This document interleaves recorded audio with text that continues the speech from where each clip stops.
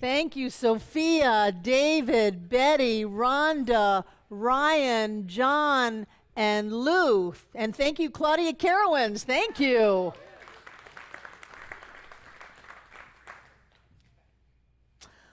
What a week. What a week. For me, it started Sunday night in the middle of the night. And that's when John came in and woke me up saying, "I'm freezing, I'm freezing." He had sat in the shower until all the hot water ran out. And he was crossing by me sleeping to get to the hot tub. And he went outside and got in the hot tub, and then he couldn't get out. And that was the first time I said, "I'm going to call an ambulance." And he's a very persuasive guy. And he assured me that that was not necessary and found this amazing amount of strength to get out of the hot tub and close it up and come back in. And at that time, I didn't understand high fevers. So I got him into bed and turned the electric blanket way up and got our rice bags and microwaved them and kind of packed him in all of this heat. And that was the beginning. So he ran a 103 fever for 2.5 days. Yeah. I'm hip. I'm hip.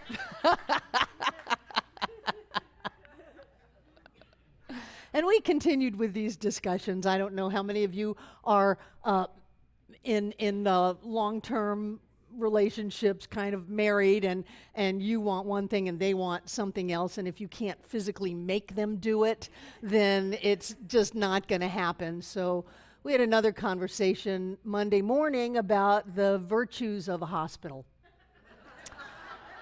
The ability to get fluids from an IV and to have someone who maybe knows what's going on check you out. That didn't fly. And so that was Monday, and those of you who are in my Monday night class know that I canceled Monday night class and stayed home with John. And then it was Tuesday now. These were very long days of please drink some Gatorade, please take a sip of this, thinking that Gatorade is going to fix this. And massive amounts of ibuprofen and Tylenol and all of that stuff. While high fevers rage, there's a shaking that happens when it spikes. And that was getting more and more common and more scary. And so I was over there and I thought, Barbara, Sandra Knight is volunteering in the offices today, and I think I'll just go and get her feedback on whether or not I'm crazy and whether or not I'm doing something that's really harmful to my husband and our relationship. And so I came over and Sandra said, "Sure, I'll come over and take a peek."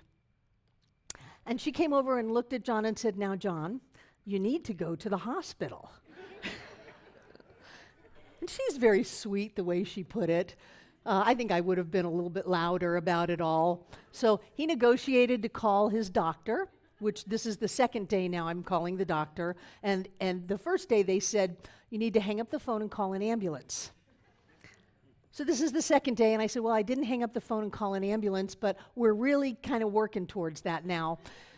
And I put the nurse on call, whoever it was that answered the phone, and she started talking to John and saying, "Mr. Waterhouse, you need to go to the hospital. You need to call an ambulance, and you need to go now." And John was saying, no, I'll come into the office. And she said, "If you come into the office, we're going to call an ambulance and send you to the hospital."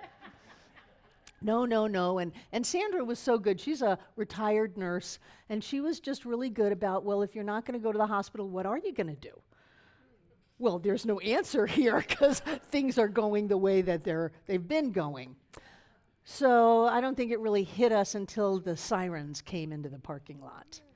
And the fire truck comes first, and then the ambulance, and they come up and start taking vitals and doing all of that. And sure enough, they packed John up and took him to Mission to the emergency room, where, we waited and waited and waited, not to be seen, but to have any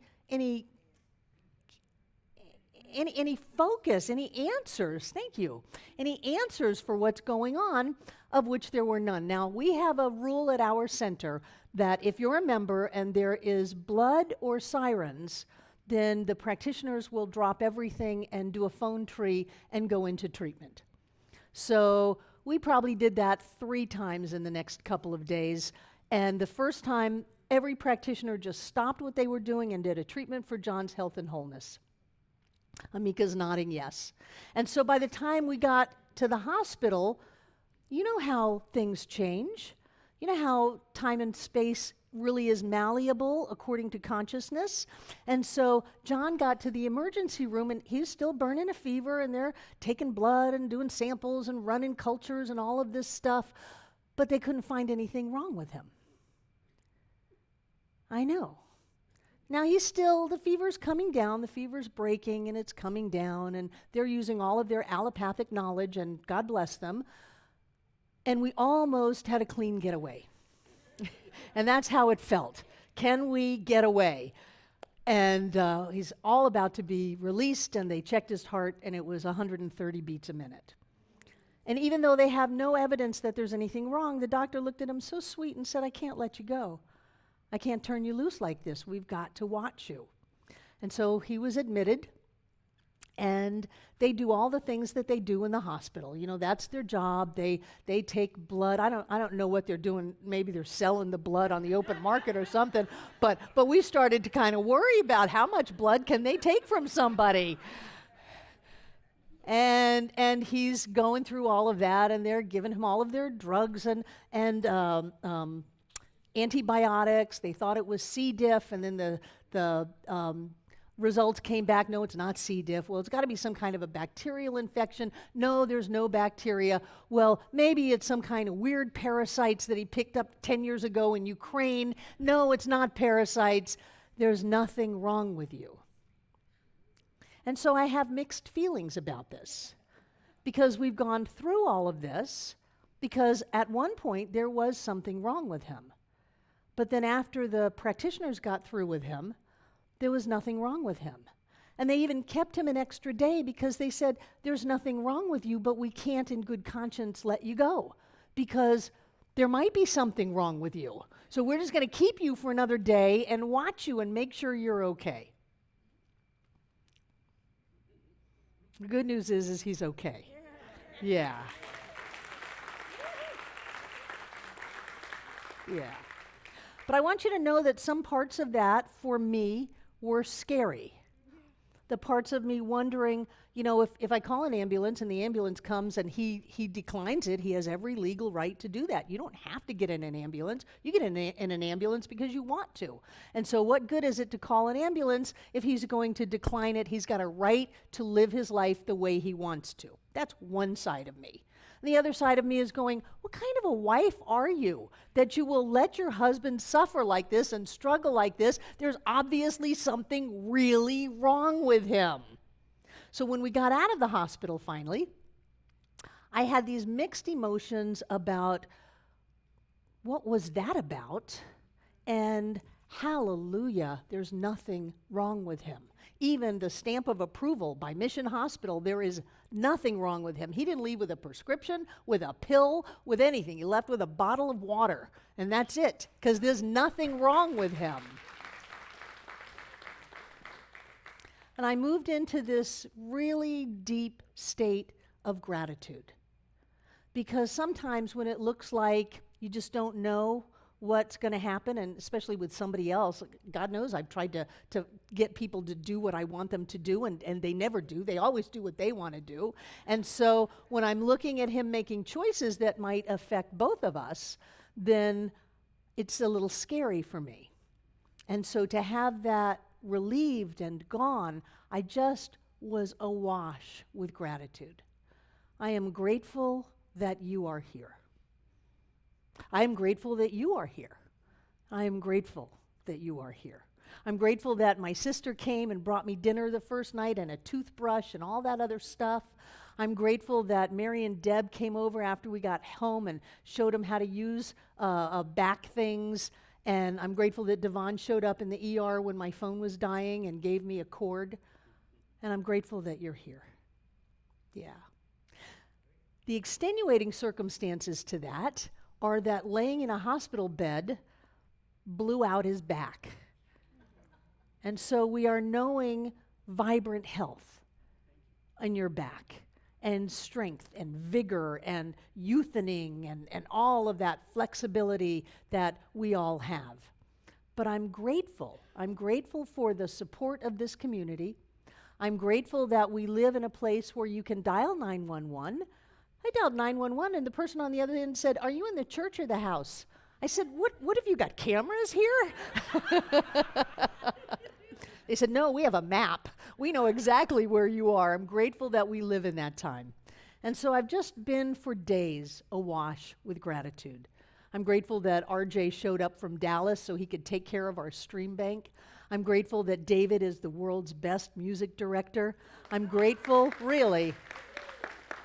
I'm grateful that Amika and the practitioners will drop everything and go into treatment of knowing truth, because we have had people strapped onto boards being put in the hospital with the EMTs saying, it looks like your back is broken. And by the time they get to the hospital, there's nothing wrong with them and they walk out. We shift consciousness, and I'm so grateful for that. And you know, there's all kinds of wonderful things that happen with gratitude. Gratitude is one of the most powerful energies in the entire universe because it puts us in alignment with that which we want. It allows us to say, "I'm so grateful for this," and then I'm right there with it. And if you know the way that manifestation happens, then when we are right there with it, it collapses into form, and that's our life. Did you know that just practicing gratitude will make you happy? It's proven. There are studies that prove that even if you're not happy, if you practice gratitude, and some people say for as little as 10 minutes a week, boy, that's nothing. 10 minutes a week, it'll change your outlook on life. Every day, it'll change it faster and better. It'll make you more optimistic. It'll make you more successful. It'll make you a better friend and have better relationships when you're looking at what you're grateful for in the other person instead of criticizing one little thing that they do. Gratitude will make you live longer. Isn't that amazing? And so I practice gratitude, and I have a practice of gratitude. It came to me when the movie The Secret was turned loose. You remember that? There was a story in there of a man who picked up a stone as a reminder. The stone is a tool to remember. And every time he touched the stone, put his hand in his pocket, put it in his pocket for the day, pulled it out of his pocket, he would just be grateful for something. Didn't really matter what it was. And one day he had a friend visiting from South Africa, and he pulled something out of his pocket and the stone dropped. It was a rock. It was not even a pretty rock. It was just a rock. And the friend said, "What is that?" And the guy picked it up and said, "Well, that's my gratitude rock. And every time I touch it, I think of something that I'm grateful for." So the man went home, and 2 weeks later, he emailed his friend back in the States and said, "My son is very, very ill. Will you send me 3 gratitude rocks?" And the guy said, "Sure, but they're just rocks. It's just a rock that I picked up." No, he'll send them 3 gratitude rocks. And 4 months later, he emailed the guy in the States again and said, "My son is so much better. Thank you for the gratitude rocks. And we have sold 1,000 of them to raise money for the hospital." So I'm going to give you a gift today. I'm going to give you a gratitude stone. These are fancy rocks, so we'll call them stones. And I'm going to ask our prosperity acceptors to come forward and take one of those little white containers, and let me tell you about these stones. They're going to pass it out, so take the stone out. You'll have an opportunity to put money in later. This is your time to take the stone out. This stone is a citron stone. Citrons are very powerful. You know, they're powerful as we make them. They have great stories about them. They're gold, and they represent prosperity. They work on your solar plexus chakra, which is yellow. So it's got the yellow and the gold. These stones are really good for using emotion or feelings to manifest in the physical plane. So what we're using our gratitude for is to shift our energy, to lift our feelings to a state of gratitude, and to have that gratitude manifest in the physical plane. Some people call citron the money stone. I don't know. I think gratitude is money in and of itself. So if we are raising our vibration or our consciousness, then I think that the prosperity is there, and whatever happens on the outside is just icing on the cake. But what I've done in the past is to use that stone, keep it close to me. And I usually have them all over. I got them in my car, I got them in my desk. You'll notice there are stones up here, and in windowsills and some odd places, there are citron stones that people have put around the center. And so whenever I see one or whenever I touch it, I just find something that I'm grateful for. It doesn't have to be world peace. It doesn't have to be a major thing. Sometimes learning to be grateful for the little things puts us into a state of big gratitude. And sometimes we say, well, once everything is all worked out the way I think it should work out, then I'll be grateful, and that is such a waste of a life. So we use this stone to train ourselves to be grateful. To be grateful that John's got a pair of white shoes, you know? Wow. To be grateful that our chairs have lumbar support. To be grateful for functioning air conditioning. Because a few weeks ago, we didn't have functioning air conditioning, and a year ago, we didn't have air conditioning at all. To be grateful for the people that we're sitting next to. To be grateful for the birthday cake that's in the other room. To be grateful for the rain, to be grateful for the sunshine, to be grateful for cars that work, and living in what I believe is the greatest country in the world. To be grateful for what is going on right now puts us in alignment with the vibration of experiencing blessings and joy and love. So what I want to encourage you to do is to keep the stone, keep it handy, and move into what we have done in the past, which is called 100 Days of Gratitude. Be grateful for 100 days. Be grateful for your partner. Be grateful for your body. Be grateful for your friends. Be grateful for your clothes. That's 4 already. This is not hard. Be grateful for chocolate. Be grateful for coffee. Be grateful for freedom. Be grateful for love. Be grateful for carpeting. Be grateful for, and just go for it. And do that every day for 100 days. And I will guarantee you that the shift in consciousness within you will manifest on the outside. I don't know how. This isn't, a used car sales place. But when we shift consciousness, the outside reflects that shift. And I don't know of a better way to shift consciousness than to use the power of gratitude. I don't get scared easily. And when I thought about what might be happening, it scared me. And I'm so grateful that nothing like that happened. I'm so grateful that our practitioners stepped up in consciousness and that you experienced a healing so great that there was nothing for the doctors to find. It wasn't, oh, he's better now, but there are these remnants of viruses or bacteria or something that happened. It was completely gone, back into the nothingness from whence it came. And the healing was complete. And the doctors just stood there and scratched their head and said, we have no idea what that was about. We just don't know. Well, I know. It's about consciousness. It's about knowing. It's about coming together as spiritual community to support each other and lift each other up. It's about the power of love and the power of gratitude. And so it is.